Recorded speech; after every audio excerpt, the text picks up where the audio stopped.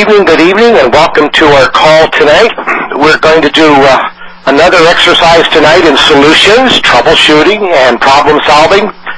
And to go first will be Jamal, a student. Jamal, how long have you and I been working together? Oh, John, we've been working together better part of a year. Okay. About 8 months. 8 months. And when we met a year ago, your focus and your issues were, bring us up to date here real quick. Well, my issues were just getting into, initially we started out just on how to grow my business in terms of how to actually go about an approach of my personal training and fitness business. And then from there, how to go about learning to ask questions, and from there to just how to grow and network my business, and it's worked out very well for me. So let's summarize here. About 8 months ago, when we met, 9 months ago, you were practicing your own occupation, which is a professional trainer. And correct me if I'm wrong, because it's been a long time and a lot of conversations with a lot of people, so help me out here. Your business was not doing very well, and no. I think it was your suggestion, I don't remember whose it was, but somehow we decided to focus on, well, let's work on building your business first, your training business, and if it worked with dialogue and what we do, then we would talk about your work-from-home business. Do I recollect that? Is that what you did? You recall that correctly, and I believe it was your suggestion, and it's worked out well. And you've gone from what are your numbers here? One client every 2 or 3 hours to as many now as 4 an hour? Is that what your new results are? Yep, 4 an hour, and my network marketing business has actually doubled in terms of its production in that time period. Actually, we just hit a record today for my nutrition club. Okay, so your coaching, your professional training business has increased what, 1,000% or more? Yes. Okay, and your network marketing business was basically non-existent. And what are your results now? We just hit a new record today for sales. Okay. I just signed up another distributor. I actually signed up another distributor today and signed up last week. Okay. So, so things are going. Okay. Jamal, in all the things you've tried to accomplish and you have accomplished in the last year, in your opinion, what was the toughest moment for you? The toughest moments for me in just our conversations was, well, a couple things. Just learn to work outside my comfort zone and learning to ask the right questions and listen to what people are saying rather than to tell people stuff. That was the toughest part for me, just my personal growth. The toughest part in terms of a business was learning to stick with the model, and learning to stick with the plan that you helped outline for me when the times were tough. And those for me were the toughest questions for me to personally answer for myself in the toughest times, is to stick with it when it was hard. But you learned how to do it working your own training business first. And correct. How many months was it before you had your first aha moment, as they say? I would say the first aha moment, and this is after we outlined it, it probably took about 2 weeks. But once it clicked and we sat and went through our scenarios and I got an outline of how it needed to go and how it worked smoothly for me, things progressed fairly quickly from there, to the point where the questions that when we go through our mentoring sessions is how do I need to manage my time? It was like a windfall. Okay. It went from it not working or working at the rate that I thought it should work at to now it's working better than I expected it to. How do I handle what I have in front of me now? Okay. So quite the swing. All right. Everything that we outlined and that you went over and we rehearsed and we went over again was applicable to the network marketing business as well as my personal business. And that was, the biggest lesson, I guess, that I've gotten out of, one of the biggest lessons I've got out of working with you is that it's applicable. Okay. So the point is it worked for your business first, and therefore it made the transition to network marketing a walk in the park. Yes. Okay. What would you have changed in all the time we've been together that you would have liked done differently? To be a better listener. The confidence comes from doing the work. Uh-huh. If I had to counsel anyone on what to do is something I learned from John is to listen to yourself. If you record yourself and listen to and work on your presentation and work on your people skills, it becomes easier to you. It's not something that seems like a lot of work and that you're frightened to either get in front of people either in person like I have to do, with my personal training business, or to do it by phone. Uh-huh. It's an experimentation in getting better at doing something that you love to do. So I had to say something. That's how. Okay, so basically, because you were practicing 8 hours a day working with people and connecting with people in your professional training business, you spent probably a huge percentage more time in learning the skill than the average person because you were applying it to what your bread and butter was at that time. Correct. Correct. Yes. Okay. All right. Tonight you have a question that you want to use, and we were going to role play. So, with your permission, let's find out what's on your mind. Okay? Sure. Okay. So here we go. Hello, Jamal. Hi. How are you? Well, I'm fine, Jamal. This is John calling, and I'm following up because recently you requested some information regarding supplemental income. And by the way, just to put you at ease, this isn't a sales call, and I'm certainly not a telemarketer, and I won't ask you for any money. So, Jamal, perhaps you could let me know, what are you looking for? Well, what I'm looking for is, I have a full-time job, and, I'm looking for something with my kids getting a little bit older and the economy being what it is, so something that supplements my income, brings me in a little bit more money that I'm not gonna have to spend a whole lot of time inputting into, but something that I understand. I'm not really comfortable with some of the business aspects of a network marketing. I don't understand the 25% and there's just a lot about it that just doesn't seem like it's real to me, that I'm not real comfortable with. I'm curious, Jamal, what's been your experience in working with a business from home? Well, I've tried a couple different things. I've tried a business where I sold nutrition bars and videotapes, and I had another opportunity where I tried to sell oxygenated water. So a couple of things, I'm a guy who has a health background, and I like the products that are offered. However, I have concerns about the actual business portion of what I do. Is this going to be something that actually makes money to help me, or am I just out, farming out product for another company? I don't know how much money you can make, Jamal, and I don't know what kind of success you would have. What we can do is break this down one step at a time and address your issues. When you said you're not comfortable with the business itself, what was it specifically about the business that you're uncomfortable with? Well, sometimes it was, I had two different instances. With the water, it was the actual product itself. I didn't know if I had the confidence level to actually market something that somebody could draw out of the tap. Even though I felt that it was, the way it was explained to me, it was something that could work well for me. I didn't think that it was something that I could fairly market. So that was one.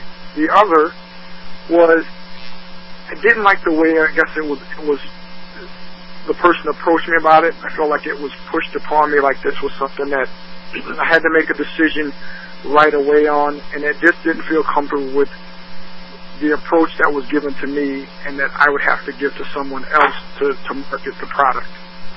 Okay. If we could please, let's address your first one about the product itself and your confidence.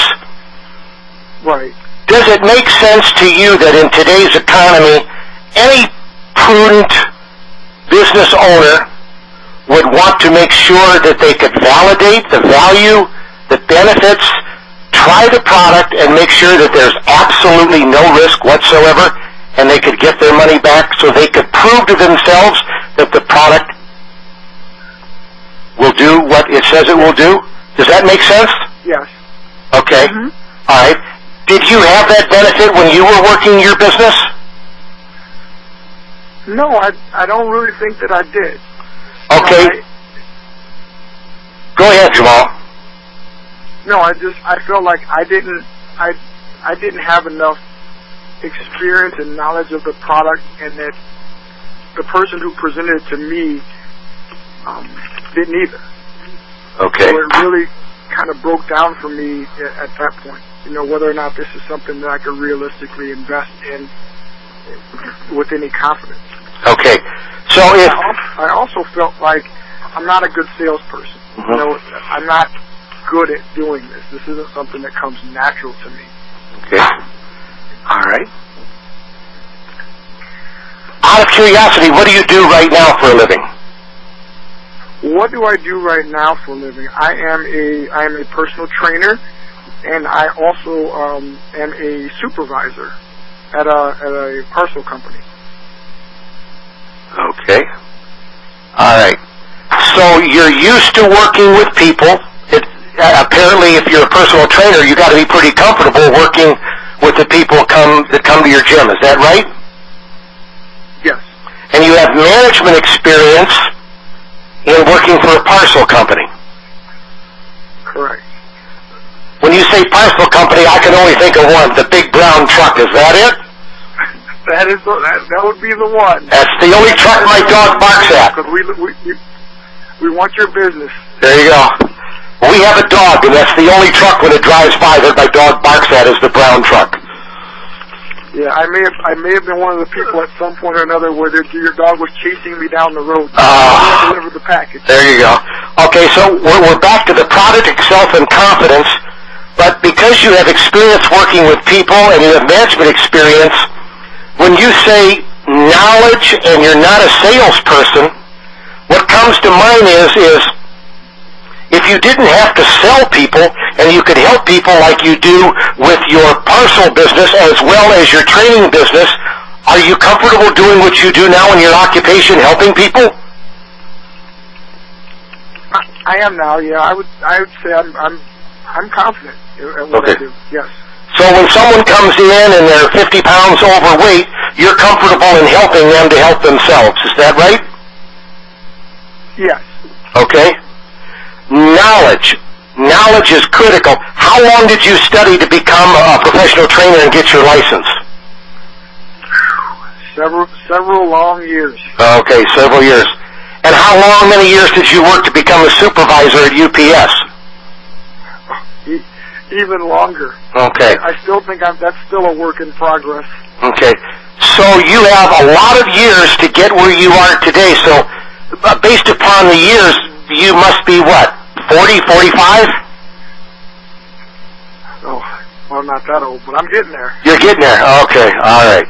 So my question is you realize the importance of knowledge. Is that right? I do. Okay. So if we address the product itself in trying it with no risk, address the fact that we could show you how not to be selling, and to show you and allow you to validate and prove to yourself that the support and the knowledge that you're looking for is there for you to confirm before you even consider making a decision, would those three issues go a long way in making you comfortable? Yes. Is there anything else that rings a bell with you that you would want addressed? I'm sorry, go again, John? Is there anything else that rings a bell with you regarding concerns?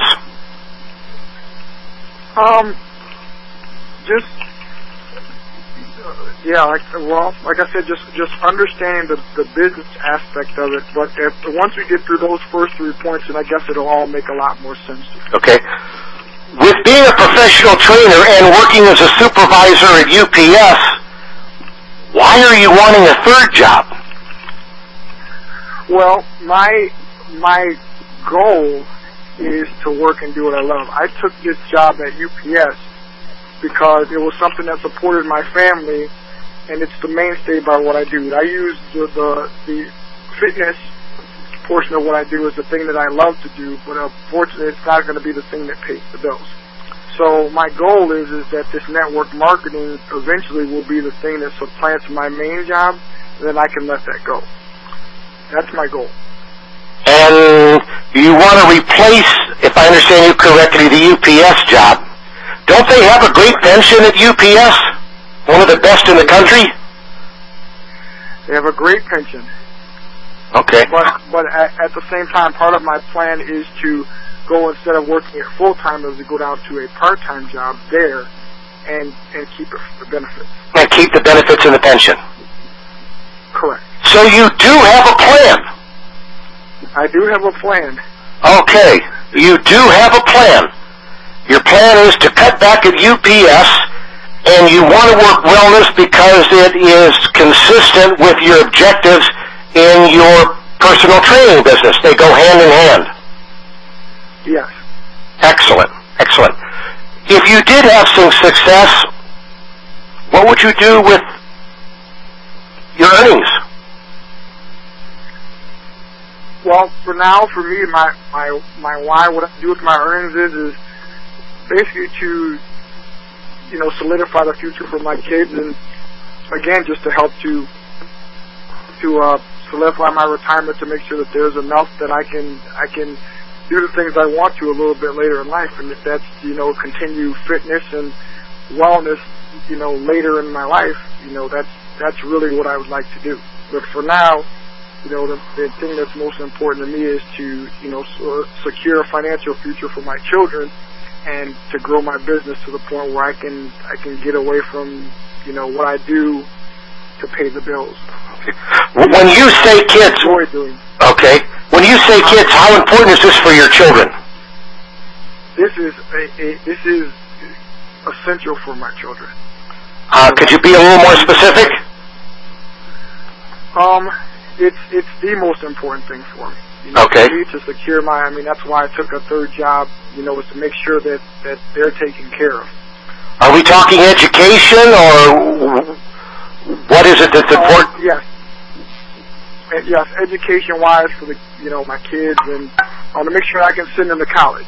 It's very important for me to do that. Do you have a college plan, a savings plan set up already? I have a small one set up. Okay. But my concern is with how the economy's going, and the savings plan I have set up. Is there going to be enough money there to get them through? Okay. So I have some concerns about its growth. When you said retirement, what is it you're looking for, since you're, let's say, 20 years away from retiring or so? 30 years, 25. Yeah, what I'm looking for in retirement is to be able to live comfortably. Okay. I've lived below, and again, that's not a number. I don't have that in front of me, but to live comfortably and at the same time be able to help my kids should they need assistance. One of the things that I come from a big family, and one of the things that even now, hurts me a little bit is that my father is older now, and that we have some of my siblings who had financial problems and health problems, and he's really not in a position at his age to be able to help. Having seen my family go through it, I don't want that to be something that I have to be concerned about should my kids go through struggles. And I think all kids do go through their struggles. So, that's another thing that I look for in terms of planning for my retirement, is not just having enough for me to enjoy my later years, but if my family needs me, I can still be there to help them as well. Okay. And when you say retirement, are you planning on, when you replace the UPS position, you're still going to get your UPS pension, but you want the wellness business to pick up the slack. Are you planning on working this in your retirement years? Yes. Okay. I am. Okay. I also feel just having worked at UPS for now 12 years is that you need something to do after you're done with the job. I've seen, several friends older whose health has gone into a serious decline after they actually retire from their job because, I feel that they just didn't have anything planned out to do, and that affects their health.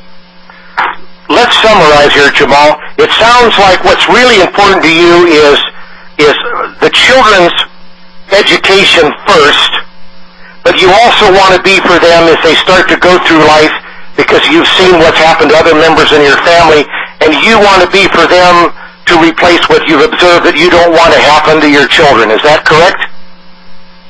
Yes. And in your retirement years, you still want to have a purpose, you want to be useful, you want something that keeps you active, and you want the flexibility to help any one of your loved ones that needs it because you've been there and done that and you know how important that is. Yes. And you want to replace that supervisor job at UPS and just do it part-time. Correct. How does your wife feel about all of this? She's in the boat. She's in the boat? In the boat. In the boat. In the boat. That's one of those things where I'm in the boat, but at the same time, don't let all the other things you got going on responsibility-wise. Okay. So, again, that's why the at-home business, because then I'm there, that if there's anything that needs to go on, it's not one more thing taking me away from the things that I'm supposed to be working so hard for. Okay. If we got together tomorrow or the next day and we identified and addressed every one of these issues, for example, the knowledge issues, the competence issues, knowing more about the product, proving to you that you don't have to be a salesman, showing you the support, taking every one of these one step at a time, which one of these steps would be most important to you to start first? The most important step for me would be the most important step for me would, I guess, be to start for me the confidence that that the path that we set is the right path. That I have the confidence that what we're talking about here is going to be a good plan for me. That this business model that we're talking about. When you say path, could you be more specific? I don't understand what you mean by path. I'm sorry. I guess for me that the education that I'm going to get towards this health and wellness is me just feeling comfortable with the process. Okay. I guess for me it would be the most important step. Because if I feel confident in what I'm doing, I go at it full bore. So the confidence is an issue, but the symptom is you want knowledge. Knowledge will give you confidence. Exactly. Okay. Yes. Now, when we address this, by the way, would tomorrow or the next day be better for you for us to address this? Let's do tomorrow. Okay. If we do this tomorrow at the same time, we're going to start with the knowledge first. Because you said that is most important to you, okay? Yes. Okay. Now, that's all we're going to focus on tomorrow is we're going to start with the knowledge. We'll go with the no risk, trying the product to make sure that it works for you, and then show you how, out of curiosity, we've been talking for better part of 15 minutes. Has anybody tried to sell you anything like that person you were talking about? The approach you didn't like? No. Okay. Did you feel any pressure that you were talking about a few minutes ago? No, I saw no pressure at all. Okay. Did you feel any stress? No, I feel more passionate about, what I want to do. Okay. If anything. So does it make sense to you that if we could show you how to do what you and I are doing right now, that it would be something that you could get comfortable with, because that's what we're going to do. That's what we do for a living, is exactly what you and I are doing now, focusing on your needs, what you're looking for, and answering your questions, and letting you figure it out, you know, Jamal, and making sure the decision you make is your decision. It's what's best for you. Does that make sense? Jamal? Yeah, I'm here. Okay, does that make sense to you? Yep. Okay, so tomorrow we'll meet at the same time. By the way, since we're going to do all of this to help you, to benefit you and focusing on you, does it make sense to you that if for some reason when we meet tomorrow, and I'll give you my contact information after this call, if you don't show up for the call, does it make sense for you that I'm not going to chase you because we're making an investment in you? And if you don't see the benefit, why should we chase you? Yep. Does that make sense? Because this is all for you. Makes perfect sense. I'm call. Okay. Then I'll see you tomorrow night, same time, and I'll drop you an email in a couple of minutes. And it's going to have a little exercise for you to look at that says, can I be successful in working from home and owning my own business? And you'll enjoy it because there may be even more questions there that will make you comfortable that you need answers to, okay? Okay. And when we do this exercise tomorrow, think about this.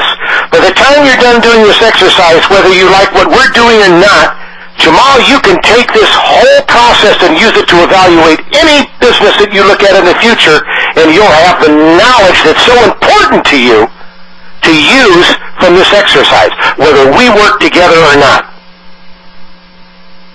All right. All right? Well, bless you, and I'll see you tomorrow night, same time. Do you have any questions, Jamal? I have no questions at the moment. If I do, I'll write them down tonight, and I look forward to talking to you tomorrow. All right, I'll get you an email out in a couple minutes, okay? All right. Thank you. Bye-bye. Bye-bye. Okay, co-hosts, Joe, Vanessa, Mr. C himself from Florida, fire away. Well, I thought this is Vanessa. I thought the overall call went really well.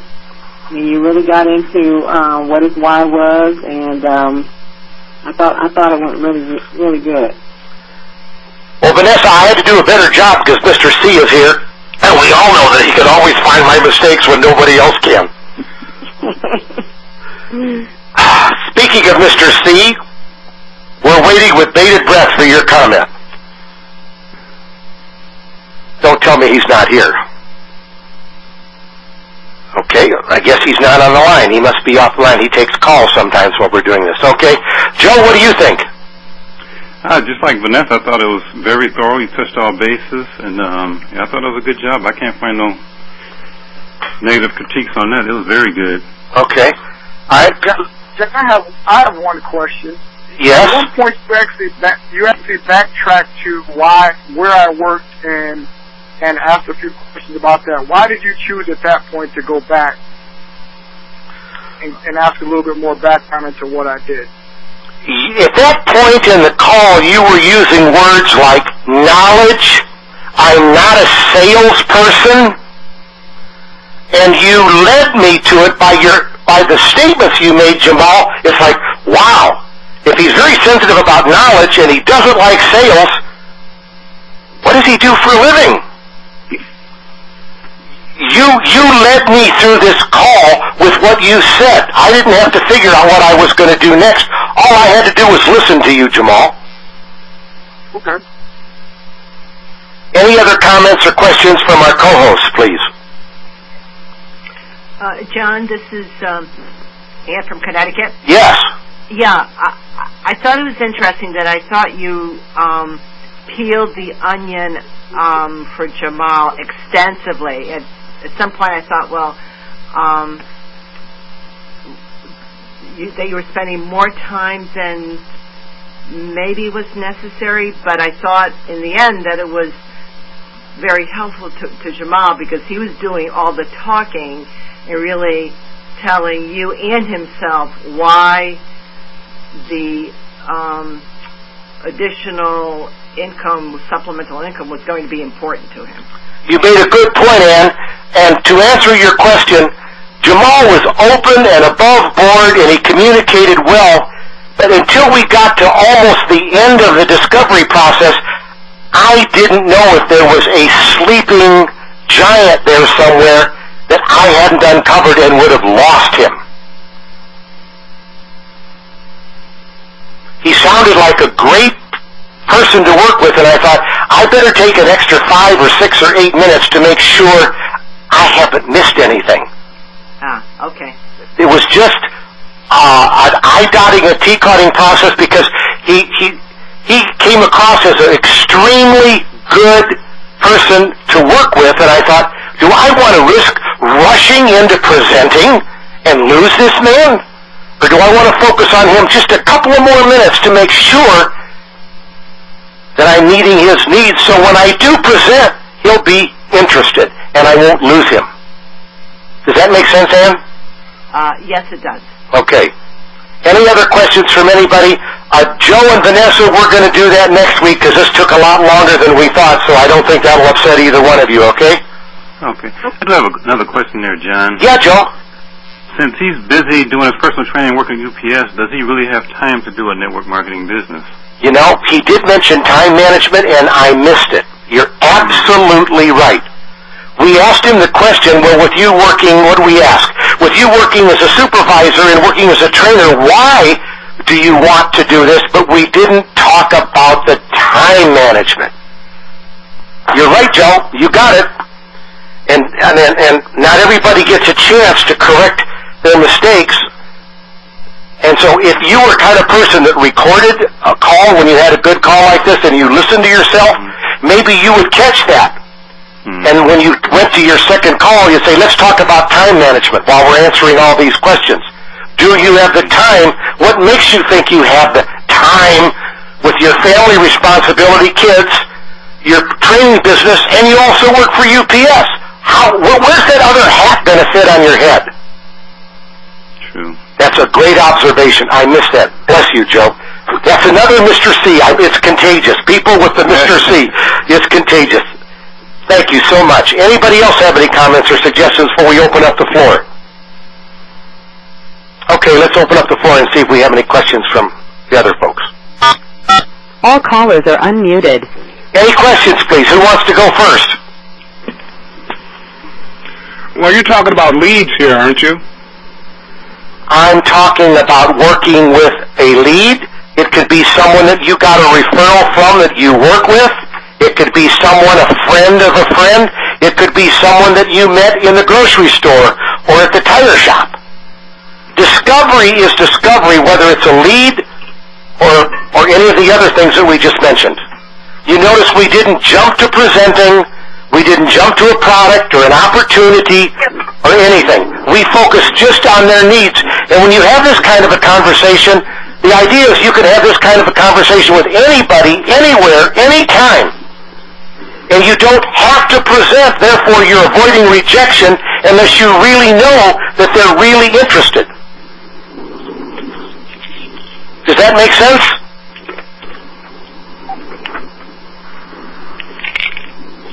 The gentleman asked that question. Does that make sense? Yeah, but I wouldn't want to put that much time in to, not when it comes to leads.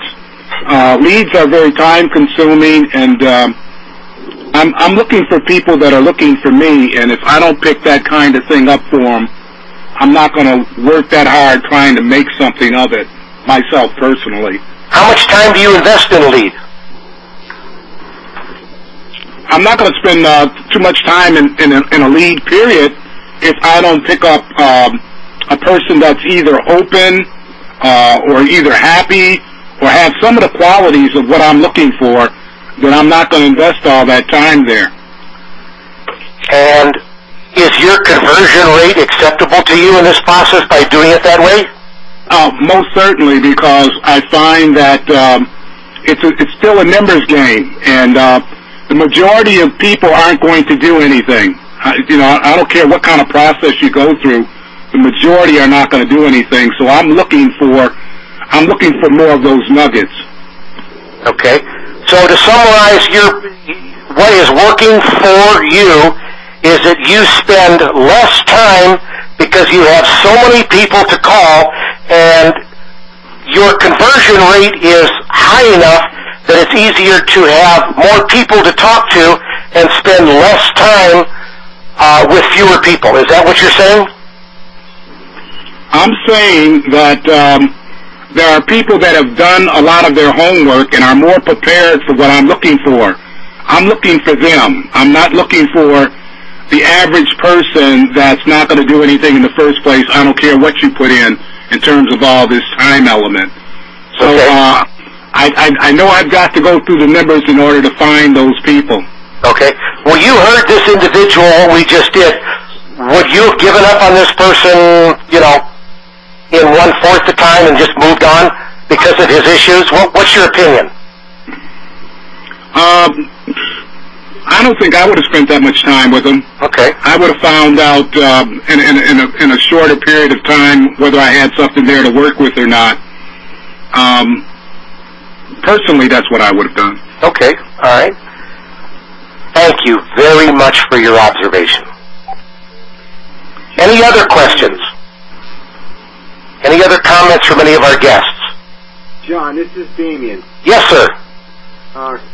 My question is, when you actually ask the caller there, do you have a plan, and they give you what sounds like a decent plan, you kind of cut the questions back from there, or continue prying? Look and peeling the onion further.